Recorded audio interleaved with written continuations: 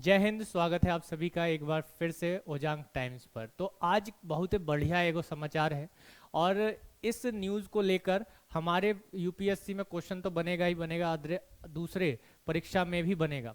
हमारे जानने वाली बात यह है यहाँ पर कि अभी ब्रिक्स सम्मेलन आयोजित हो रहा है और कहाँ हो रहा है, दक्षिण अफ्रीका में हो रहा है। तो वहाँ जाने के लिए भारत के प्रधानमंत्री रवाना हो चुके हैं, पहुँचने वाले हैं भारत के प्रतिनिधित्व करने ब्रिक्स सम्मेलन में। तो इस सम्मेलन की अध्यक्षता इस बार कर रहा है साउथ अफ्रीका। लेकिन साउथ अफ्रीका बेशक इसकी अध्यक्षता कर रहा है, लेकिन सबकी नजरें कहाँ टिका हुआ है, किस पर टिका हुआ है? मोदी जी पर टिका हुआ है। क्यों टिका हुआ है? क्योंकि इस सम्मेलन में कई बड़े ऐलान होने हैं, कई देशों के साथ एक संबंध स्थापित होने हैं। और इन देशों में अगर हम देखें तो भारत और चाइना दो ऐसा देश है जिनके बीच जो रिश्ते हैं वो बिगड़े हुए हैं, खटास में हैं। बॉर्डर डिस्प्यूट को लेकर बहुत बड़े पैमाने पर हमको ये सब देखने को मिल रहा है कि एक डिस्प्यूट बना हुआ है। तो उस बॉर्डर डिस्प्यूट से याद आया कि अभी फिलहाल कुछ समय पहले ही ये समाचार भी आया है कि भारत ने एक और सर्जिकल स्ट्राइक कर दिया है। कहां पर? पीओके में, पाक ऑक्युपाइड कश्मीर में, पाकिस्तान में। यानी कुल मिला के हम पाक ऑक्युपाइड कश्मीर अब लेने वाले हैं।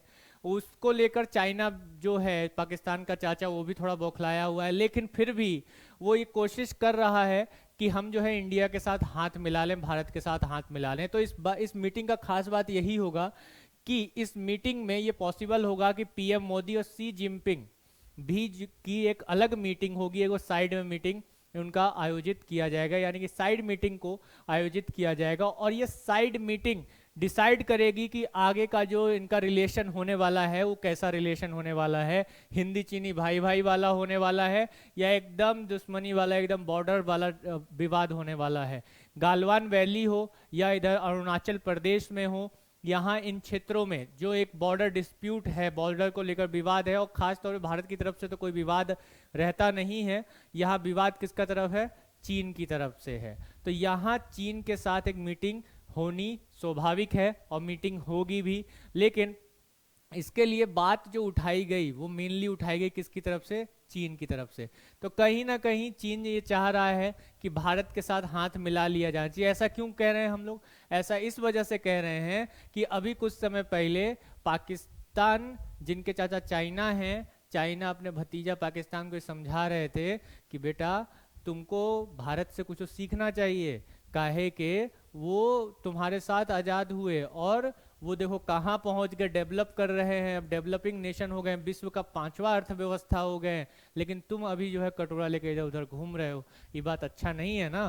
तो ये बात समझा रहे हैं और ये बात समझाने से संकेत मिलता है कि चाइना कहीं ना कहीं भारत और चीन के बीच होने वाले जो एक डिस्प्यूट हैं उनको ख़त्म करने की कोशिश करेगा इसमें। लेकिन भारत जो है चाइना के चालों से बड़ा ही सतर्क रहता है, हमेशा इस चीज़ को समझता हुआ आ रहा है कि कैसे चाइना इस इस इस वैश्विक मंच पर भी इस वैश्विक मंच पर भी एक तरह से उसको धोखा दे सकता है, क्योंकि उसके बात कहने के कुछ और होते हैं और करने के कुछ और होते हैं। तो इसमें हम लोग देखेंगे, क्या देख रहे हैं, क्या समाचार आ रहा है कि prime minister will join the leader of Brazil, China, Russia and south Africa in Johannesburg. तो देखो 5 देश का समूह है, ये 5 देश का समूह है ब्रिक्स। हम सभी लोग जानते हैं कि ब्रिक्स 5 देश का समूह है और इस 5 देश के समूहों में जो है इंडिया भी एक इम्पॉर्टेंट देश है, महत्वपूर्ण देश है।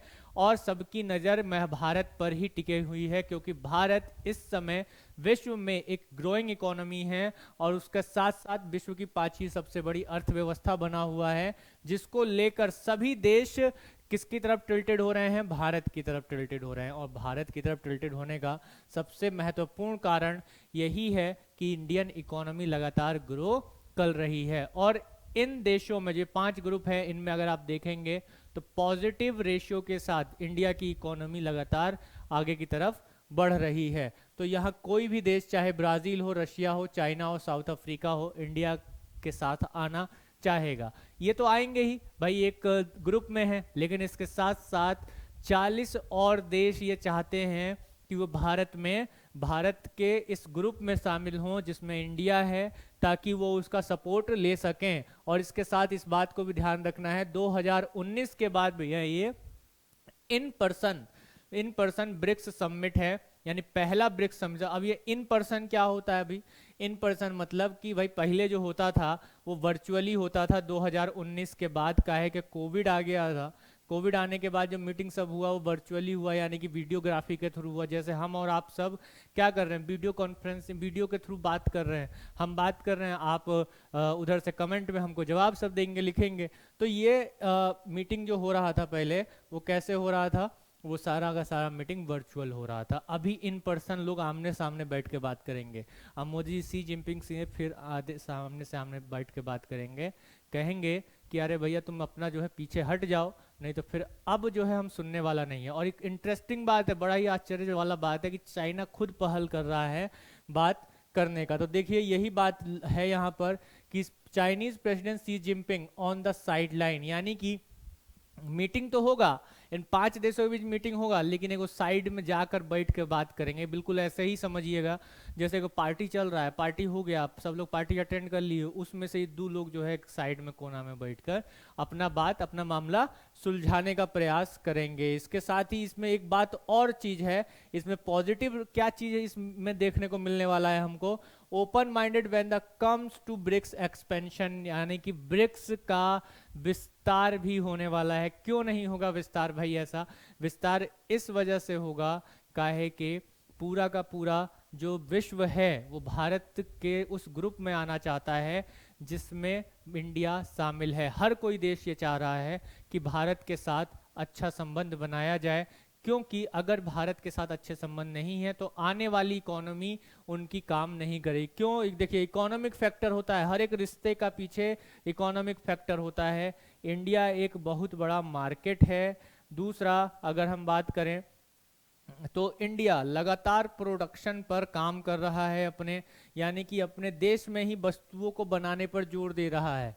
और यहाँ पे ग्रोइंग मार्केट है, डिमांड सबसे ज़्यादा है यहाँ पर, ठीक है, वस्तुओं की क्या है, डिमांड बहुत ज़्यादा है। तो उस डिमांड की सप्लाई के लिए हर एक देश चाहता है कि हम अपना इकोनॉमिक जो संबंध है वो इंडिया के साथ बहुत अच्छे बनाएं। तो इस डिमांड को, सप्लाई चेन को बनाए रखने के लिए हर एक देश चाह रहा है कि इंडिया के साथ चाहे वो यूरोप का देश हो या अमेरिकी देश हो। अब देखिए यूरोप में क्या हो गया, प्रोडक्शन तो हो रहा है लेकिन वहाँ डिमांडे खत्म हो गया है, क्या कि लोग सब हो गए बूढ़ा। और इंडिया जो है जवान देश है, यानी कि यहाँ की मैक्सिमम यानी कि अधिकतम जो आबादी है वो क्या है, जवान है, यंग है, ब्लड है इंडिया का। और यहाँ जो है डिमांड लगातार बना हुआ है, कितना डिमांड जो है वो बना हुआ है, लेकिन वहाँ डिमांड नहीं है यूरोप जैसा देश में या अमेरिका जैसे देश में, रशिया में। क्या हो गया वहाँ पर आवाज, चाइना में देख लीजिए, चाइना में यही होगा कि जो चाइना है कुछ साल बाद बूढ़ा देश हो जाएगा, ओल्ड नेशन हो जाएगा। काहे कि वहाँ पर मैक्सिमम ऑफ जो आबादी है वो बूढ़ी हो गई है, उनके पास अब डिमांड नहीं है, प्रोडक्शन नहीं है। तो कुछ समय पहले इसी ओजांग टाइम्स पर मैं एक वीडियो डाला था जिसमें आपको बताया था कि चाइना की अर्थव्यवस्था कितना नीचे गिर गई है और वो धीरे धीरे खत्म होने वाली है, यानी कि जीडीपी जो रेशो है उसका बहुत नीचे गिर गया है। उसमें प्रोडक्शन, सप्लाई, इन सब के बारे में बहुत अच्छा से बात किया था। और हाँ, ये जो टर्म है, प्रोडक्शन है, सप्लाई है, ये सब क्या होता है अगर जानना चाहते हैं तो जीएस फाउंडेशन बैच को ज्वाइन कर लीजिए। जीएस फाउंडेशन बैच जिसमें मैं इकोनॉमी पढ़ा रहा हूँ, रोज़ शाम 4:30 बजे ओजांग एनी टाइम लर्निंग ऐप पर जाइए, जीएस फाउंडेशन सर्च कीजिए, उसमें इकोनॉमी बाय त्रिभुवन कुमार आ जाएगा और उसको आप ज्वाइन कर लीजिए, समझे, उसको आप ज्वाइन कर लीजिए। तो ये ओल्ड नेशन हो गया है, बूढ़ा नेशन हो गया, तो डिमांड नहीं, बूढ़े लोगों का क्या डिमांड रहेगा, चॉकलेट तो खाएगा नहीं, बढ़िया बढ़िया कपड़ा तो पहनेगा नहीं, पुराना दुराना नॉर्मल कपड़ा सब पहन के घूमेगा, तो डिमांड तो रहेगा नहीं, फिल्म देखने तो जाएगा नहीं थिएटर में, है ना। तो यहाँ डिमांडे नहीं है इन देशों में, तो ये सब चाह रहे हैं क्या कि भारत के साथ अच्छा संबंध हम लोग बना लें। और इसके साथ ही इस बात पर भी देखिए कि जो ब्रिक्स कंट्रीज है इनका एक बैंक बना हुआ है, 2014 में बैंक बनाए थे, कौन सा, 2014 में development bank, new development bank के नाम से जाना जाता है। तो ये लोग प्लान क्या कर रहे हैं इस समय प्लान होगा कि फर्स्ट इंडियन रुपी बॉन्ड जारी होगा। अभी बॉन्ड क्या होता है, बिल क्या होता है, फिर से कह रहे हैं कि इकोनॉमी की क्लास ज्वाइन कर लीजिए और इसके साथ साथ करंट अफेयर्स की आधारशिला बैच को ज्वाइन करना ना भूलें। आधारशिला बैच जिसमें रोज करंट अफेयर्स के प्रश्न किए जाते हैं और इसके साथ साथ डिस्कशन होता है, मेंस ओरिएंटेड क्वेश्चन होता है, प्रीलिम्स ओरिएंटेड क्वेश्चन होता है और उसके साथ साथ टॉपिक को डिस्कस किया जाता है एक उच्च लेवल पर, स्तर पर। यानी कि उस करंट अफेयर्स जो है वो फ्री में मिलने वाला करंट अफेयर्स लाख गुना बढ़िया है। वो कर लिए तो पास होने से कोई नहीं रोक सकता है, प्रीलिम्स और मेंस निकलने से कोई नहीं रोक सकता है। करंट अफेयर्स में क्वेश्चन दिखाएंगे एक दिन आपको कि आप ऐसा क्वेश्चन करके दिखाइए, फिर उसके बाद आप सफल जरूर होने वाला है।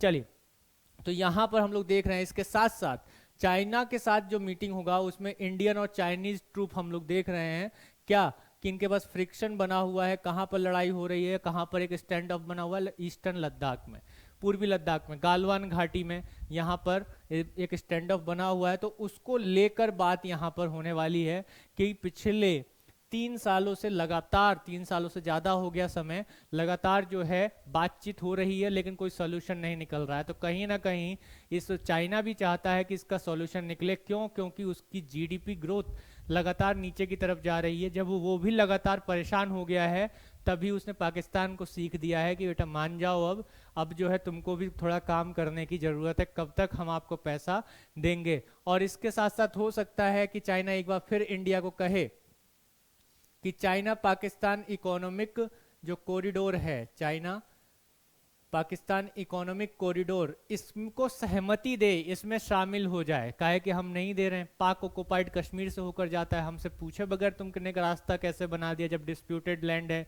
विवाद वाला क्षेत्र है। ये तो ऐसे ही हो गया ना, दो भाई लड़ रहा है जमीन के लिए, तुम जो है उसमें से रास्ता निकाल दे, तुम आगे अपना घर बना लिए, तब क्या होगा? तब यही दिक्कत उत्पन्न होगा कि लड़ाई झगड़ा शुरू हो जाएगा। अब यहाँ पर चाइना पाकिस्तान इकोनॉमिक कॉरिडोर में शामिल होने के लिए भी कहेगा जब पाक ऑक्युपाइड कश्मीर, और यही वजह है कि सर्जिकल स्ट्राइक एक बार फिर से हो गया है। सर्जिकल स्ट्राइक एक बार फिर से हो गया पाक ऑक्युपाइड कश्मीर में जाकर, जहां अभी आतंकी एक बार फिर से भारत पर हमला करने के लिए जमा हो रहे थे। देखिए अभी पाकिस्तान को पैसा मिला, अब पैसा मिलते ही वो क्या हो गया, पैसा मिलते ही वो आतंकवाद पर खर्चा करना शुरू कर दिया नहीं। अभी कुछ दिन पहले कटोरा लेकर भीख मांग रहा था, जैसे उससे कटोरा में भीख पड़ा, वो पैसा कहाँ खर्चा होना शुरू हो गया, आतंकवाद को बढ़ाने में खर्चा होना शुरू हो गया। तो इसी सब चीज को देखते हुए अब ये मीटिंग बहुत मायने रखती है। यहाँ टेररिज्म पर बात होगा और जब इसके एक्सपेंशन की बात होगी ब्रिक्स के, तो आप देखेंगे कि 40 देश ऐसा इसमें शामिल होने वाले हैं। इसमें इन 5 देशों के अलावा इस मीटिंग में आएंगे और ये मैक्सिमम ऑफ कंट्रीज इसमें चाहते हैं कि वो ब्रिक्स का हिस्सा बने, इंक्लूडिंग ईरान। देखिए भैया, ईरान भी शामिल होना चाहता है। Iran, Saudi Arabia, United Arab अमीरात, Argentina, Algeria, Bolivia, Indonesia, Egypt, Ethiopia, Cuba, Democratic Republic of Congo, Comoros, Gabon, Kazakhstan, ये ऐसे ऐसे देश हैं जो मैक्सिमम ऐसे देश हैं जो बहुत गरीब देश हैं, या मैं ज़्यादातर आप इन देशों में देखेंगे तो गरीब देश हैं, और ऐसे देश जिनको पहले से ही ठुकराया गया है और ये ब्रिटिश काल में गुलाम रहे हैं, या किसी कुछ ऐसे देशों को छोड़ दिया जाए, सऊदी अरब, यूनाइटेड अरब अमीरात, ऐसे देशों को छोड़ दिया जाए तो ज़्यादातर देश ऐसे हैं जो विकास के क्रम में बहुत पीछे हट गए हैं। तो ये सब चाहते हैं किस में शामिल होना, ब्रिक्स में शामिल होना। और इस बार जो ब्रिक्स को चेयर कर रहा है, कौन कर रहा है? साउथ अफ्रीका कर रहा है।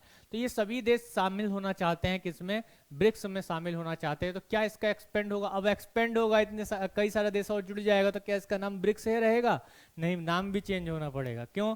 क्योंकि अभी तो ये ब्रिक्स जो हो जा रहा है, Brazil, Russia, India, China, south Africa, 5 देशों के नाम पर तो हो जा रहा है, लेकिन अब जब और देश सब जुड़ेगा तो उनके नाम से तो ये स्पेलिंग बहुत बड़का होता चला जाएगा, तो क्या नाम देंगे? तो इसका नाम भी चेंज होने वाला है। ठीक है, मान लिया कि चलो ईरान जुड़ गया तो क्या हो जाएगा? ब्रिक्सी हो जाएगा।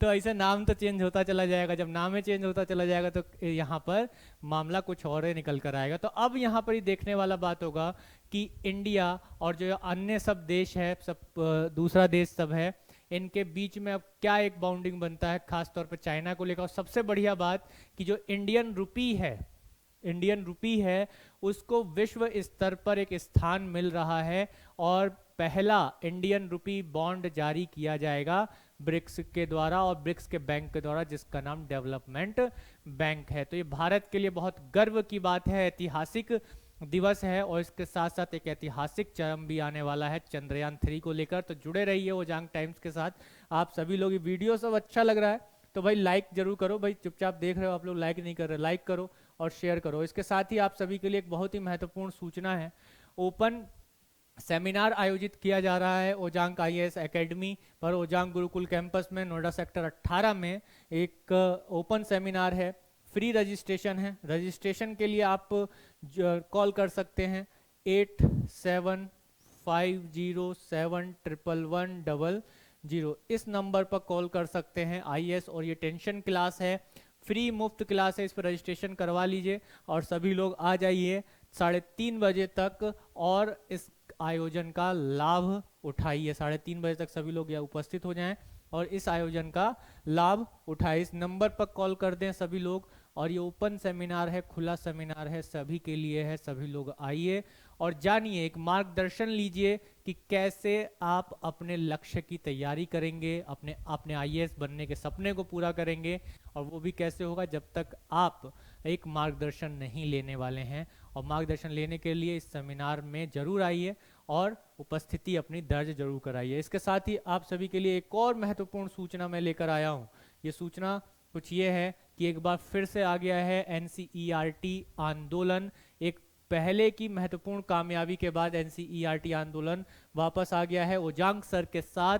और इसकी खास बात क्या है? इसकी खास बात यही है कि इसमें एनसीईआरटी के साथ एनसीईआरटी टेस्ट सीरीज फ्री मिल रहा है। एनसीईआरटी टेस्ट सीरीज फ्री मिल रहा है। ये ऑफर भी ध्यान रखिए, ये ऑफर केवल 30 अगस्त तक है। 18 सितंबर से नया बैच शुरू हो रहा है, तो 30 अगस्त तक ये ऑफर है। क्या ऑफर है कि एनसीईआरटी कोर्स तो मिलेगा ही मिलेगा, लेकिन उसके साथ साथ एनसीईआरटी टेस्ट सीरीज भी फ्री मिलेगा। और टेस्ट सीरीज बिल्कुल मुफ्त तो है इस कोर्स में, लेकिन इसके साथ साथ इसकी वैधता 6 माह की वैधता है और प्रतिदिन कक्षाएं तो संचालित होनी ही है। इससे संबंधित और जानकारी के लिए आप हमारे ओजांग एनी टाइम लर्निंग ऐप को डाउनलोड कर लें, और इसके अलावा हमारे ojang.com वेबसाइट पर भी जा सकते हैं। डेमो के लिए आप इन नंबर्स पर कॉल करके बुक कर सकते हैं। तो चलिए मिलते हैं अगले सेशन में, अगले सेगमेंट में, अगली एक महत्वपूर्ण सूचना के साथ। तब तक अपना ध्यान रखें, खुश रहें, जय हिंद।